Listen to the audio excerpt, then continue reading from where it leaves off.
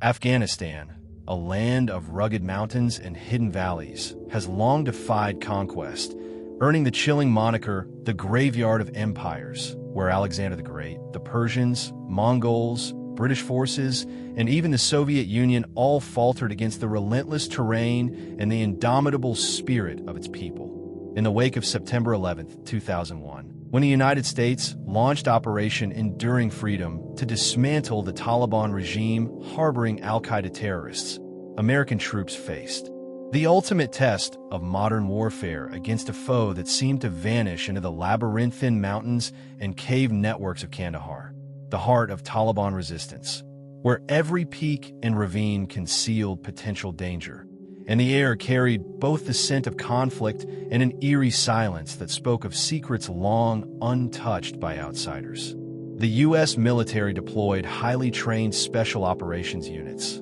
including Army Rangers and Navy SEALs, to conduct search and destroy missions, patrolling treacherous footpaths, scouting remote valleys, and clearing suspected insurgent strongholds with intelligence gleaned from drones, reconnaissance flights, and local informants. Yet amid the harsh reality of high-altitude combat, IEDs, ambushes, and sudden firefights, the soldiers began to notice anomalies that defied explanation.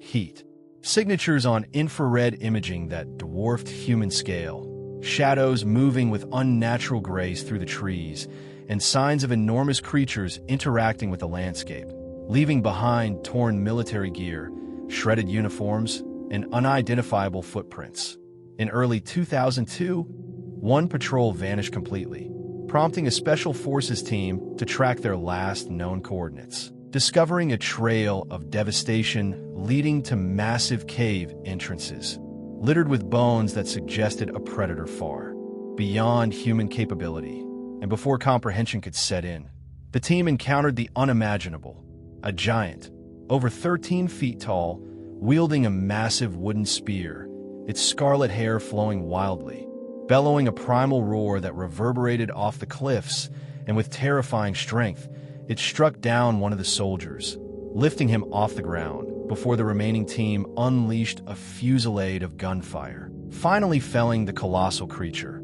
only to realize that the carnage around them indicated the missing patrol had been devoured, the sheer scale and horror cementing an understanding that these mountains held mysteries far beyond any tactical manual, and that the human mind struggles to comprehend beings that defy all recorded history. When a giant was ultimately airlifted by a CH-47 Chinook to a U.S. base, wrapped in tarps and secured on a 463L pallet, the soldiers' debriefings were shrouded in secrecy, each man signing non-disclosure agreements, aware that no civilian, journalist, or historian would likely believe their account of a 13-foot predator with 6 fingers on each hand and a double row of teeth, whose presence hinted at an ancient lineage of giants, echoing legends of Goliath and the Nephilim, and whose continued existence in the remote Afghan highlands might have silently influenced the local culture, rituals, and even the mysterious practice of dyeing goats' and villagers' hair a vivid orange, perhaps as offerings or gestures to these colossal beings. From aerial drone operators in Karangal observing heat signatures larger than the tallest trees, to infantry teams in Uruzgan witnessing figures 12 feet tall moving with human-like grace, the evidence slowly coalesced into a chilling pattern. Giants were not merely folklore, but hidden inhabitants of Afghanistan's most inaccessible regions, blending human behaviors with monstrous scale, surviving undetected for centuries, eluding even the most technologically advanced military, and leaving in their wake a testament to nature's secrets, the ferocity of survival, and the stark reminder that some forces in this world exist entirely outside the reach of modern understanding, awaiting those brave or foolish enough to venture into their shadow domains. In the bitter chill of early 2002, deep within the jagged peaks of Kandahar, a special forces team was dispatched to locate a missing patrol that had vanished without a trace, a mission that would plunge them into a nightmare beyond comprehension, as every step along the narrow, uncharted mountain paths revealed the unforgiving nature of Afghanistan's terrain, with loose rocks, sudden drops, and caves carved by centuries of wind and erosion, forming a labyrinth where human perception faltered. As they followed a trail of scattered gear, torn uniforms, and grotesque bone fragments, the men's training and nerves were tested to the extreme, knowing that the enemy could be Taliban insurgents, landmines, or improvised explosive devices. Yet nothing in their collective experience prepared them for the reality that awaited. A series of massive cave entrances, each mouth dark and foreboding, littered with remains that suggested an unimaginable predator, the air thick with a stench of decay, and a sense of watchfulness that pressed upon them like a physical weight. The patrol advanced cautiously, rifles raised, hearts pounding as the silence of the mountains seemed to amplify every creak of rock and rustle of wind through the valleys, until a sound, a guttural, otherworldly roar, shattered the quiet, echoing off the cliffs and reverberating through the soldiers' very bones, heralding the arrival of a creature of legend, a giant standing over 13 feet tall, crowned with unkempt scarlet hair, its body swathed in animal hides and eyes that gleamed with primitive intelligence and unrestrained fury. Without hesitation, it charged with terrifying speed, spearing the nearest soldier with immense force, lifting him from the ground, while the rest of the team opened fire in a desperate hail of bullets, the thunder of gunfire and the giant's roar blending into a chaotic symphony of survival. In those agonizing seconds, the soldiers witnessed firsthand the scale and power of this ancient being, its six-fingered hands grasping with strength beyond human comprehension, its double rows of teeth glinting in the pale light filtering into the cave, and a presence that seemed to embody millennia of predatory dominance, leaving behind only carnage, shredded gear, and a profound understanding that their mission had intersected with something utterly beyond the bounds of modern warfare. As the dust settled, the surviving team members radioed their incredulous reports to command, detailing the killing of one of their own by a literal giant, the overwhelming shock and disbelief of the operators on the receiving end only hinting at the surreal nature of what had transpired. When a CH-47 Chinook arrived to extract the colossal corpse, the soldiers measured, documented, and observed its staggering size, estimating its weight at over 1,100 pounds, its limbs impossibly long, its skeletal structure suggesting a being evolved for survival in the harshest terrains, and its foul odor overpowering even the trained senses of the extraction crew. Bound on pallets and secured with military precision, the giant was airlifted to a secretive location, leaving the soldiers to grapple with the psychological aftermath, a combination of awe, terror, and disbelief, aware that no report or testimony could truly capture the enormity of what they had encountered, and that the mountains around them still harbored secrets, creatures hidden from the world, whose existence challenged both scientific understanding and historical narrative. The encounter left an indelible impression on every operator, prompting speculation about the origins of these giants, their possible interactions with local villagers, and connections to ancient texts describing Nephilim and other giant beings, while whispers spread among soldiers about similar sightings in Karangal, Uruzgan, and beyond, as multiple eyewitness accounts began to converge, hinting at a persistent, hidden population of these extraordinary creatures, living undisturbed in Afghanistan's remote highlands. A reality so astonishing that even seasoned veterans hesitated to speak of it outside classified circles, fearing ridicule, disbelief, or governmental suppression, yet unable to deny the overwhelming evidence that survival, history, and legend had collided on those windswept mountains in a confrontation that would echo in the minds of those who witnessed it for the rest of their lives.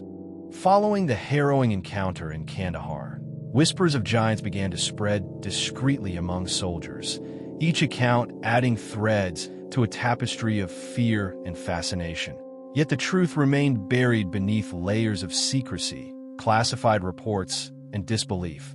The mountains themselves seemed alive, holding centuries of untold stories within their jagged peaks, hidden valleys, and labyrinthine cave systems, where even the most sophisticated reconnaissance methods could only hint at what lay beyond sight. In northeastern Afghanistan's Korengal Valley, several years after the Kandahar incident, infantry teams deployed with infrared and thermal imaging technology began noticing anomalies. Heat signatures far exceeding human scale, moving in patterns that suggested intelligence, coordination, and life forms entirely unknown to modern science, often appearing and disappearing among the 10 to 12-foot tall trees. Blending seamlessly with the rugged terrain, their sheer size, overwhelming sensors, and human perception alike. One infantry team leader recounted observing a figure that, at first glance, appeared to be a cluster of insurgents huddled under blankets,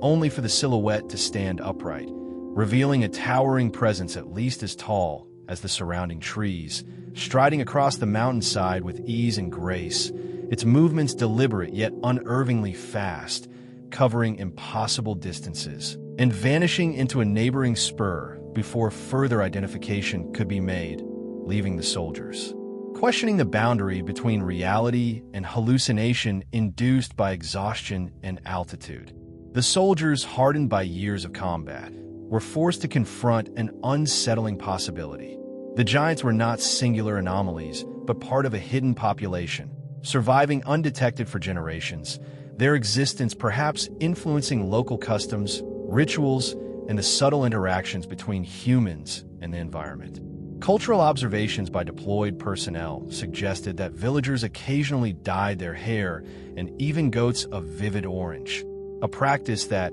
when viewed through the lens of giant sightings, hinted at offerings or gestures of appeasement toward these colossal beings, an acknowledgement of power that transcended human understanding, blending folklore with the tangible evidence observed by soldiers. Simultaneously, aerial drone operators monitoring the region captured fleeting glimpses of enormous figures performing everyday tasks, tending fires, walking among villages, or crouching to enter huts far too small to accommodate their true size, demonstrating a form of coexistence with local populations, a reminder that these beings were not mindless predators but intelligent entities capable of integrating, at least partially, with human activity while remaining largely hidden for broader detection. Such observations, corroborated by multiple witnesses, gradually lent credence to theories connecting these modern-day giants to historical and biblical accounts of Nephilim,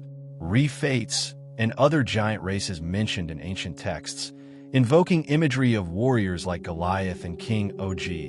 who millennia ago ruled and fought alongside or against human civilizations, leaving behind a lineage shrouded in myth yet echoed in contemporary encounters. In Korengal, soldiers recalled nights spent scanning valleys with thermal optics, repeatedly seeing humanoid heat signatures far taller than any man, figures cloaked in rugged garb, interacting with small fires and livestock, performing mundane tasks with a rhythm that suggested normalcy despite their extraordinary stature, reinforcing the notion that giants were not mere legends, but living beings occupying the remote highlands, surviving, hunting, and perhaps even observing humans much as the soldiers themselves observed them. Each sighting, each infrared blip, and each anecdotal report added weight to a growing understanding that Afghanistan's mountains were not only strategic strongholds for insurgents, but also refuges for beings that had existed beyond recorded history. Invisible to the world, yet visible to those trained to notice anomalies, their presence provoking awe, fear, and an unsettling realization that humanity shared this planet with entities of unimaginable scale and strength, their survival a testament to resilience, cunning, and the enduring mystery of nature's hidden corners, echoing silently in the mountains, where the wind carried whispers of giants past, present, and possibly still watching. As ground patrols struggled with the brutal realities of Afghanistan's unforgiving terrain, another set of witnesses began encountering the impossible from far above, where unmanned aerial vehicles silently traced the contours of the mountains, their sensors designed to detect threats invisible to the naked eye. Yet even this technological advantage could not fully explain what some operators saw while monitoring live feeds late into the night. UAV pilots and full-motion video analysts stationed thousands of miles away, found themselves staring at infrared silhouettes that did not fit any known human profile, figures that moved deliberately through remote clearings and mountain villages, their heat signatures towering over those of ordinary men, sometimes standing 8, 9, or even 12 feet tall, forcing seasoned professionals to question whether equipment malfunctions or atmospheric distortions could account for what appeared to be massive humanoids living among the locals. One drone operator described scanning a small, isolated settlement high in the central mountains, a place he had monitored dozens of times before when his crosshair ruler, normally used to estimate vehicle width, aligned perfectly with the height of several figures gathered around fire, their bodies so large that nearby goats appeared no bigger than household pets. An observation so mundane, yet horrifying that it stayed with him long after his shift ended. These beings did not flee or behave erratically, instead tending fires, moving slowly between huts, and performing tasks that suggested routine, domestic life, an unsettling contrast to the predatory giant reported in Kandahar years earlier. Elsewhere, FMB analysts reviewing pre-operation surveillance footage near the Korangal Valley encountered a similar anomaly, initially believing they were watching two men huddled beneath a blanket until one stood upright, revealing a figure that dwarfed everyone nearby, bending nearly in half to enter a mud hut, its posture casual and unthreatened, as though unaware or unconcerned that unseen eyes were watching from the sky. The analysts replayed the footage repeatedly, measuring distances, recalibrating sensors, and checking reference points. Yet each pass confirmed the same conclusion. This was no trick of perspective, no insurgent wearing elevated footwear, but something profoundly larger than a human being, integrated seamlessly into the rhythms of village life.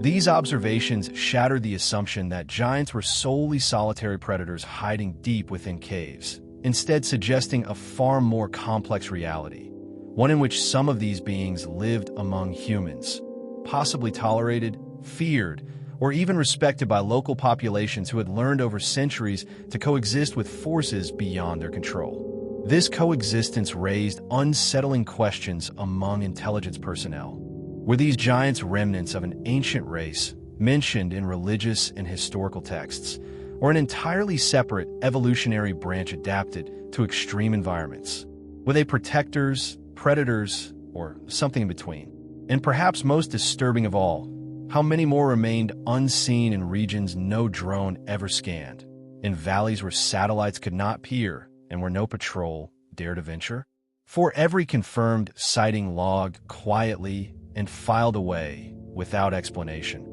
there were countless others dismissed as sensor errors or ignored to avoid uncomfortable conclusions, reinforcing the sense that an unspoken agreement existed within the system, not to pursue answers that might unravel accepted reality. The matter-of-fact tone shared by those who witnessed these figures was perhaps the most chilling detail, as none described panic or hysteria,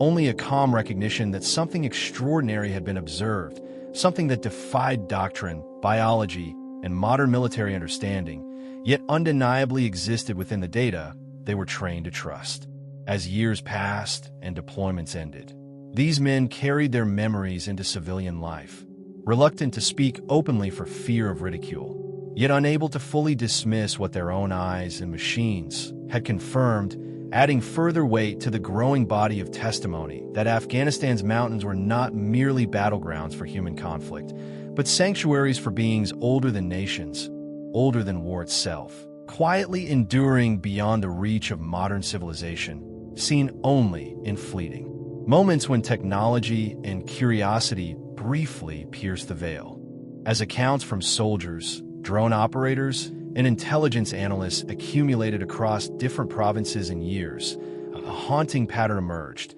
one that extended far beyond modern warfare and deep into humanity's oldest recorded memories, forcing those who witnessed the giants to search for meaning in ancient history, scripture, and legend, where beings of extraordinary size and strength were not anomalies, but rulers, warriors, and symbols of divine judgment or forgotten bloodlines. Many, Veterans, particularly those raised in religious traditions, could not ignore the striking parallels between what they had seen in Afghanistan and the biblical descriptions of the Nephilim, Rephaim, and Anakim, giants said to have walked the earth thousands of years ago, feared for their power, and eventually wiped out or driven into remote lands. In the book of Samuel, Goliath of Gath is described as a warrior of immense stature, wielding a spear so heavy its tip alone outweighed a modern rifle, a detail disturbingly similar to the spear-wielding giant encountered in Kandahar,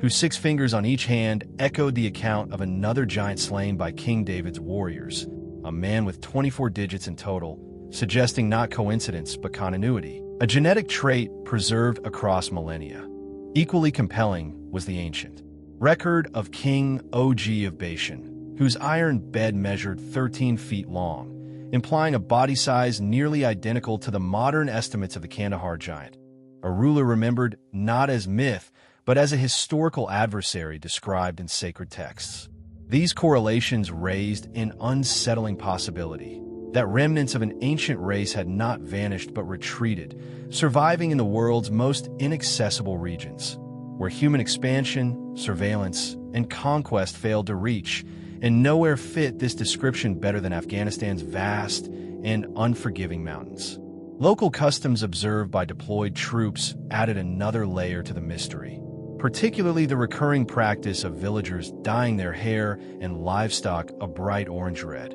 a ritual that seemed inexplicable until viewed through the lens of giant sightings, prompting speculation that such acts were offerings or signs of respect, a way for small, vulnerable communities to coexist with towering neighbors capable of destruction or protection in equal measure. Some soldiers theorized that the giants demanded tribute, goats, livestock, or resources, in exchange for leaving villages untouched, while others believed the practice was cultural memory passed down unconsciously, a survival behavior encoded into tradition long after its original purpose was forgotten. Far from portraying all giants as violent predators, the growing body of testimony suggested diversity among them, with some living quietly among humans, tending fires and moving deliberately through villages, while others, like the Kandahar giant, exhibited aggressive territorial behavior, possibly driven by isolation, hunger, or the encroachment of armed outsiders into sacred or hunting grounds. This distinction mirrored ancient accounts, where giants were not uniformly evil but varied in allegiance, temperament, and role within human societies, sometimes serving as kings or warriors, other times as outcasts hunted into extinction. As veterans compared notes in hushed conversations in anonymous forums, the fear of ridicule was outweighed by the relief of recognition, each story validating another, reinforcing the realization that these encounters were not isolated hallucinations, but fragments of a larger truth deliberately ignored or suppressed because it challenged foundational assumptions about human dominance and evolutionary history. For many, the most troubling question was not whether giants existed, but how many remained unseen,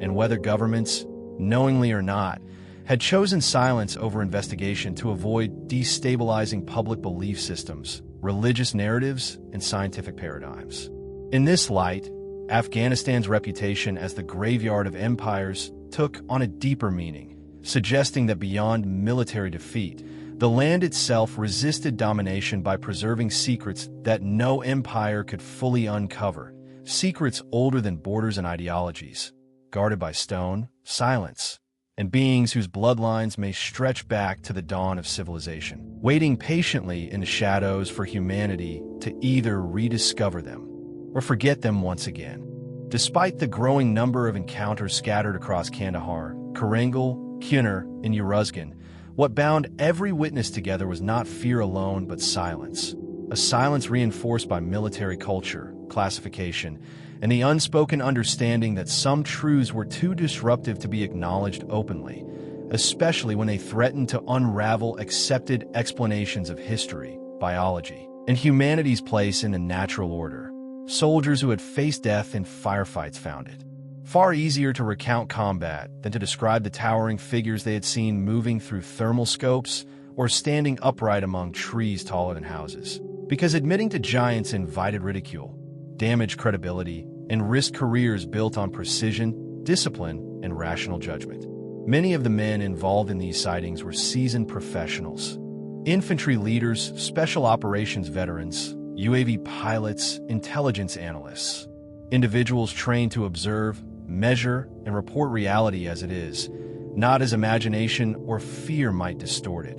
making their reluctance to speak all the more telling, as none of them gained fame, profit, or recognition from their stories, only anxiety, confusion, and a lifelong burden of unanswered questions. When official channels were used, reports were often minimized, filed away without follow-up, or attributed to sensor errors, atmospheric anomalies, or misidentification of unusually tall locals. Explanations that failed to satisfy those who had personally measured distances, recalibrated optics, and verified scale using terrain reference points they trusted with their lives. Non-disclosure agreements signed after extraordinary incidents, such as the Kandahar encounter, ensured that first-hand accounts remained fragmented, shared only in private conversations years later or anonymously through interviews and veteran projects, where voices carried the same subdued tone, calm, factual, and disturbingly consistent in detail.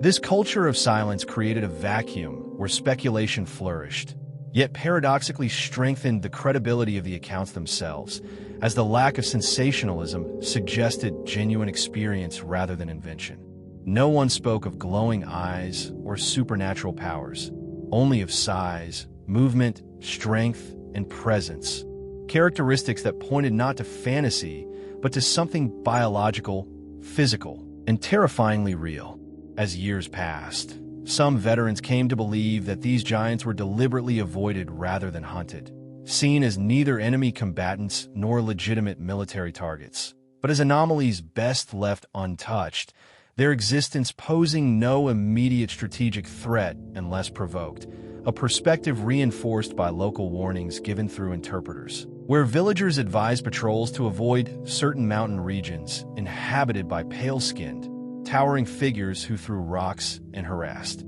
shepherds, yet carried no firearms and followed no insurgent ideology. Whether these beings were mistaken for foreign fighters, nomadic tribes, or something else entirely, their consistent description across languages and cultures hinted at a shared, unspoken recognition among locals that these mountains belong to others as well. For some witnesses, the greatest horror lay not in the giants themselves, but in the realization that humanity may never fully map or control the world it inhabits, that pockets of existence could persist beyond satellite coverage, academic consensus, and political authority, thriving in places where survival demands adaptation beyond normal limits. Afghanistan, with its endless ridgelines, uncharted caves, and generational resistance to domination, provided the perfect refuge for such beings, a land where myths were not dismissed but lived alongside daily reality, passed quietly from father to son, never written down, never questioned. In the end, the silence of the witnesses became the final layer of concealment, protecting truths too heavy to carry openly, ensuring that the giants of Afghanistan remained exactly where they had always been, on the edge of belief, glimpsed briefly through the fog of war, then swallowed once more by the mountains, leaving behind only the quiet certainty in the minds of those who saw them that the world is far older, stranger, and less understood than anyone dares to admit. As the years rolled on and the war in Afghanistan faded from global headlines, the stories of giants did not disappear with the soldiers who carried them home, instead lingering like embers beneath ash, occasionally flaring to life when a new testimony surfaced or an old memory was finally spoken aloud. And it was this slow accumulation of voices from American, Australian, Canadian, and Allied service members that transformed what once sounded like an isolated wartime horror into a broader mystery that demanded consideration rather than dismissal. When military journalists and researchers began revisiting these accounts in the late 2010s and early 2020s, they found a striking consistency in tone and detail, particularly in the 2008 Coast to Coast AM interview with the anonymous Sage 1947 Chinook pilot who described transporting an enormous humanoid corpse from the Kandahar Mountains, estimating its weight at over 1,100 pounds and noting its six-fingered hands, massive feet, and overpowering musky stench, a testimony made all the more compelling by its restraint, as the pilot avoided dramatization and admitted openly which details he had heard secondhand. Subsequent interviews, including that of a former Special Operations soldier known publicly only as Mr. K, added clarity to the violent encounter itself, describing the spear, the red hair, the cave filled with bones, and the brutal death of a teammate, details that aligned disturbingly well with ancient records of giant warriors slain in battle thousands of years ago. Predictably, official responses from the U.S. Department of Defense denied any knowledge of such an incident, stating there were no records of a soldier killed by a giant in Kandahar. Yet this denial did little to quell interest, and instead reinforced suspicions among veterans that extraordinary events were quietly buried beneath bureaucracy and plausible deniability. As more service members came forward anonymously, recounting sightings of massive humanoids in thermal imagery, drone footage, and night optics, the sheer diversity of locations, from Kandahar to Kunar, Karangal to Uruzgan, suggested not a single rogue creature, but a scattered population surviving in the world's most inaccessible terrain. A conclusion that echoed ancient narratives of giants being driven into remote regions after losing dominion over populated lands. What made these modern accounts particularly unsettling was their ordinariness. Giants were not always charging soldiers or devouring patrols, but sometimes simply standing by fires, walking through valleys, or existing quietly at the edge of human activity, as if watching history unfold from a distance, waiting patiently for the world to forget them once more. In the end, belief became less important than acknowledgement, because as the saying goes, there is no smoke without fire, and the volume, consistency, and credibility of these testimonies left little doubt in the minds of those who had worn the uniform that something extraordinary existed beyond the margins of accepted reality. Afghanistan, a land that had humbled empires and resisted domination for centuries, emerged not merely as a battleground of nations, but as a sanctuary for ancient truths, where myth and history overlapped, and where the mountains themselves seemed to guard secrets older than civilization. Whether these giants were remnants of a forgotten race, evolutionary anomalies, or something humanity has yet to define, their presence, real or denied, serve as a stark reminder that the modern world, for all its technology and confidence, still does not fully understand the planet it inhabits, and that some truths remain hidden not because they are impossible, but because they are inconvenient, unsettling, and far too large to confront all at once.